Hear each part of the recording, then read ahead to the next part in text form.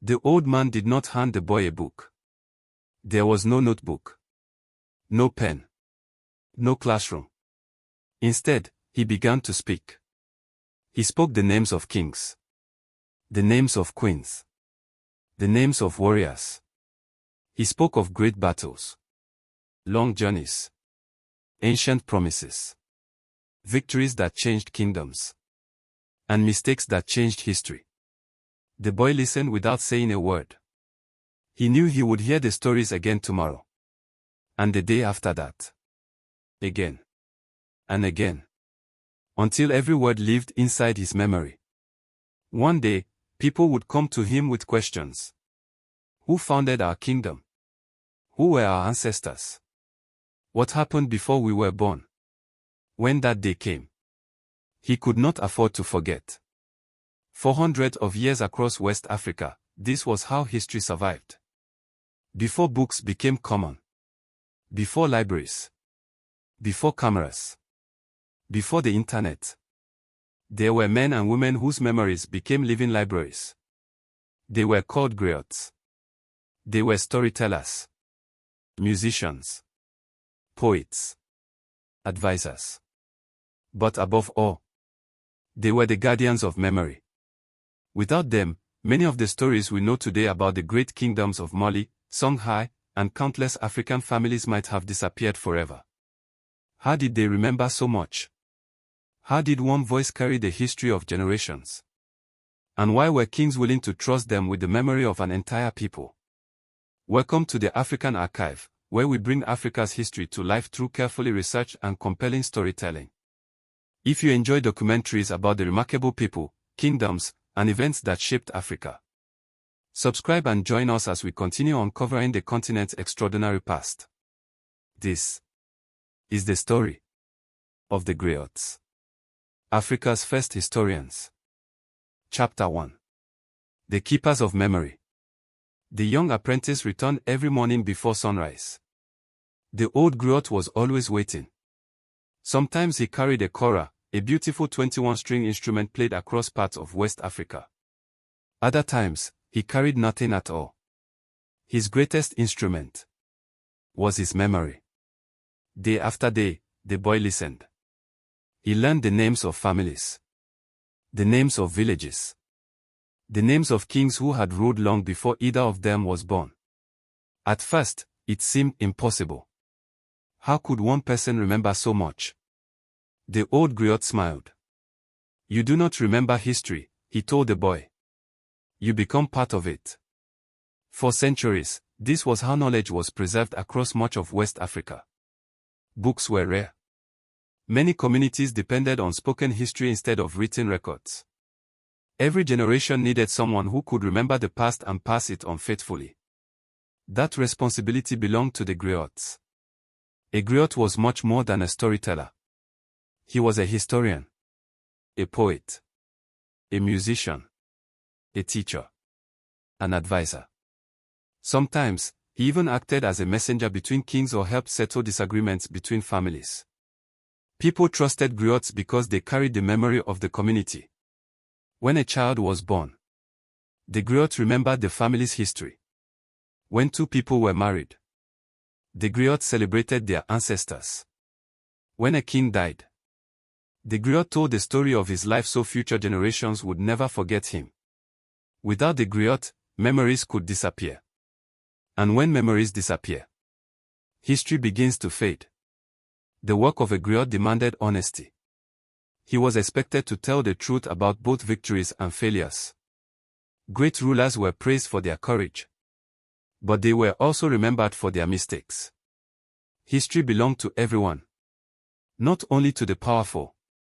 As the apprentice listened, he slowly realized that he was not simply learning stories. He was protecting the identity of his people. Because a nation that forgets its past can easily lose its future.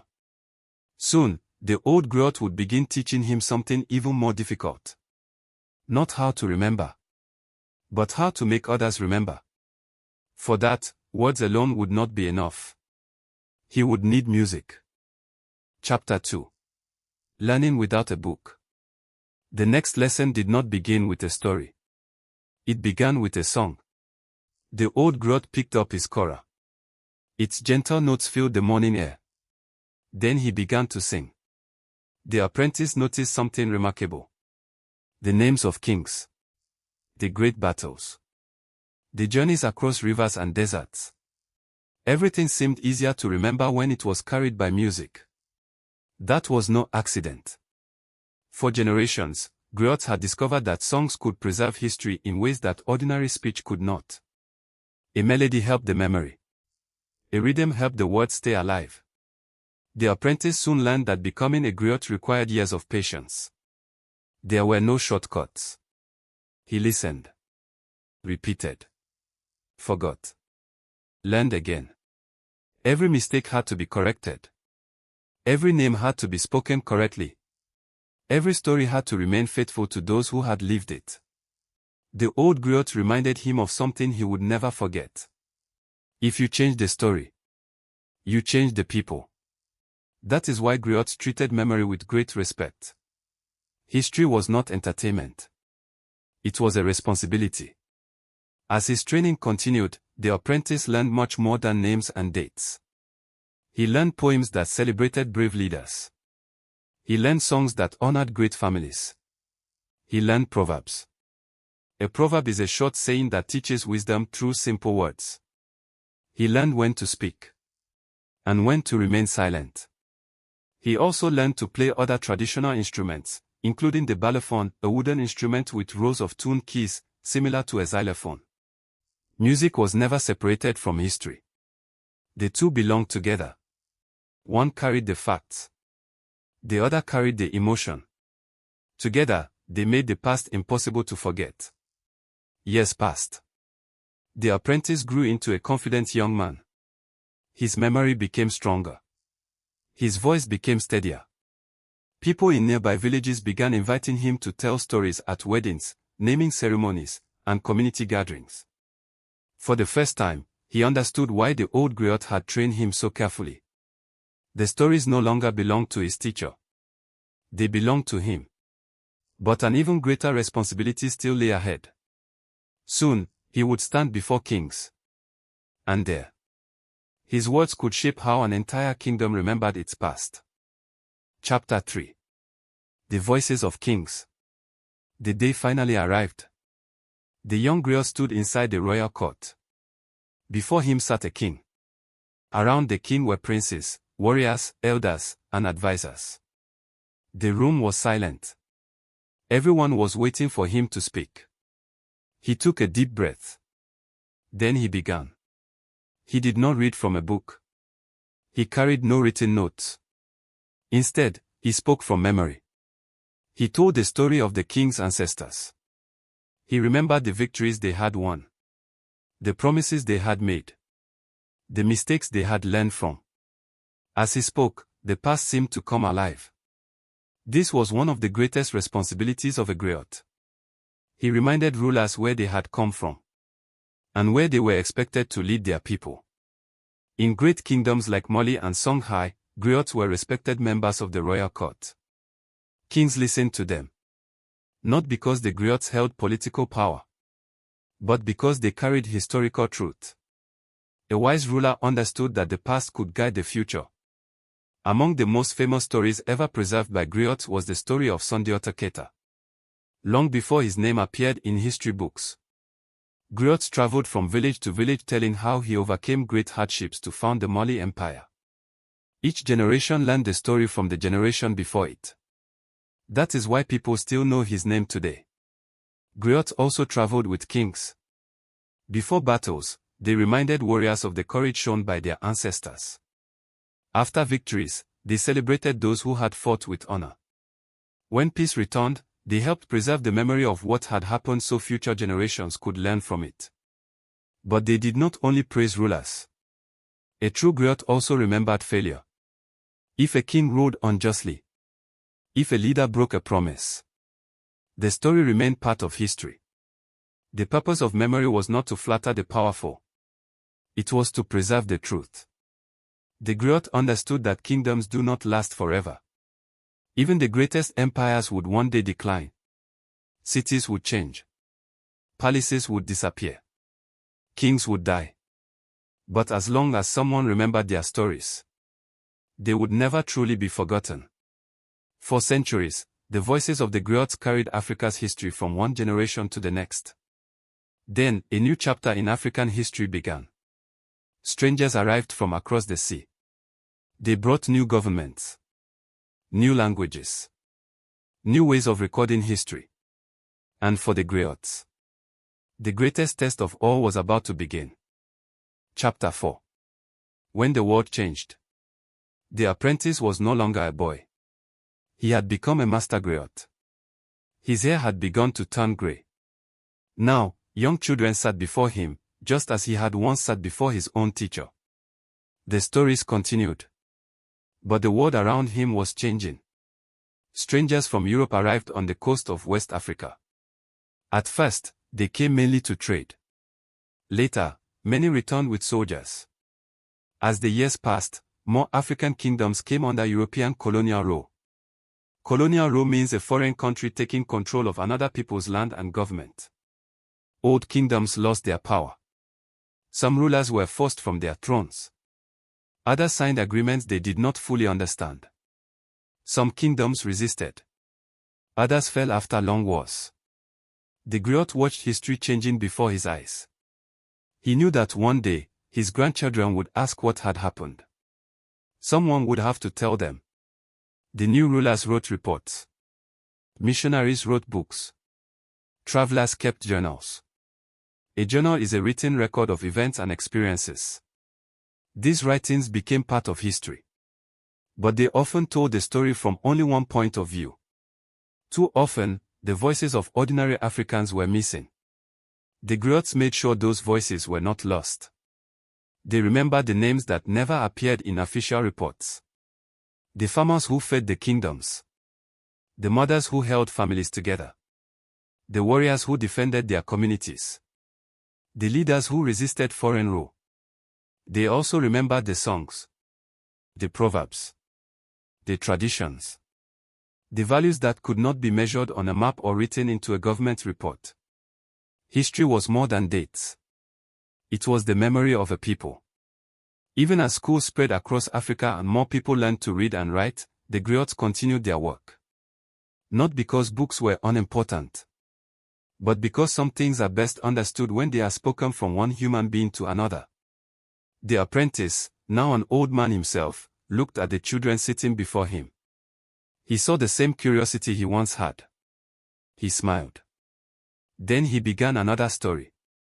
Because he understood something that every griot before him had known. Empires may rise. Empires may fall. But a people who remember their story can never truly be conquered. And although the world was changing, the voice of the griot had not fallen silent. It had simply found new ways to be heard. Chapter 5. The music that carries history. The old griot placed the kora into the hands of his newest apprentice. "Play," he said. The boy hesitated. His fingers touched the strings. A few uncertain notes filled the air. The old man smiled. "Do not play only with your hands," he said. "Play with your memory." For a griot, music had never been just entertainment. Every song carried a story. Every rhythm preserved a lesson. Every performance connected the living with those who had gone before them. When people gathered for weddings, the griots sang about the families being joined together.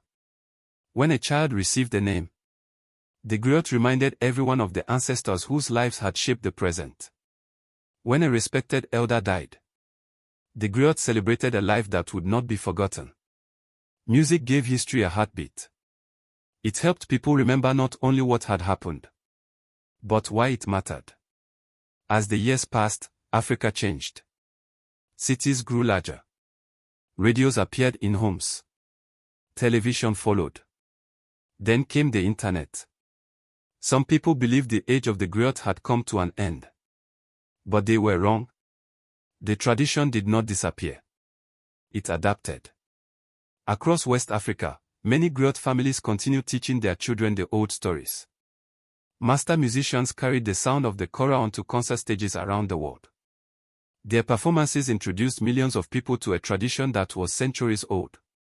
Even musicians who were not born into griot families continued the same calling. They used songs to speak about justice, freedom, identity, and hope, just as the griots had done for generations. The instruments became louder. The audiences became larger. But the purpose remained the same: to remember, to teach, to inspire. The old griot watched his apprentice playing with growing confidence. The music was changing. Yet somehow, it sounded familiar. Because the true power of the griot had never been hidden inside an instrument. It had always lived inside the stories. And as long as those stories continued to be told, the voice of the griot would never disappear.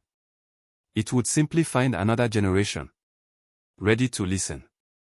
Chapter 6. Africa's Living Library.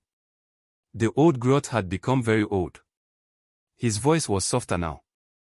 His hands no longer moved across the strings of the kora as quickly as they once had. But his memory remained sharp. One evening, he called his apprentice to sit beside him. The same place. The same tradition. The same responsibility. For a long moment, neither of them spoke. Then the old man smiled. "The stories belong to you now." It was a simple sentence. But it carried the weight of generations. For centuries, this is how Africa's history survived. Not inside buildings.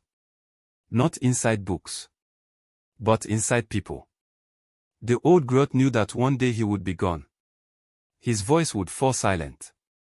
But the stories would continue. That was the true purpose of a griot. Not to become famous. Not to become rich. But to make sure the past was never forgotten. Today, historians study many different sources to understand Africa's past. They read ancient manuscripts. They examine archaeological discoveries. Archaeology is the study of human history through objects, buildings, and other remains left behind. They compare these discoveries with the stories preserved by griots. Together, these different sources help us build a fuller picture of Africa's history. The griots remind us that history is not only something we read. It is also something we remember. Something we share. Something we pass from one generation to the next. Without them, many of the stories of great kingdoms like Mali and Songhai might have disappeared forever. The names of kings. The journeys of families. The victories. The losses. The wisdom. All of it could have been lost. Instead, it was carried across centuries by men and women who believed that memory mattered. In many parts of Africa today, the griot tradition is still alive. Stories are still told. Songs are still sung. Children still gather to listen. The voices may sound different. The audiences may be larger. But the mission remains the same. To remember. To teach. To preserve. Thank you for joining us on the African Archive as we explore the remarkable story of the griots, Africa's first historians. If you enjoyed this documentary, subscribe to the African Archive and turn on notifications. Together, we'll continue uncovering the people, kingdoms, traditions, and events that shaped Africa and continue to shape the world. History is more than dates. It is memory. And as long as someone remembers, the past is never truly gone.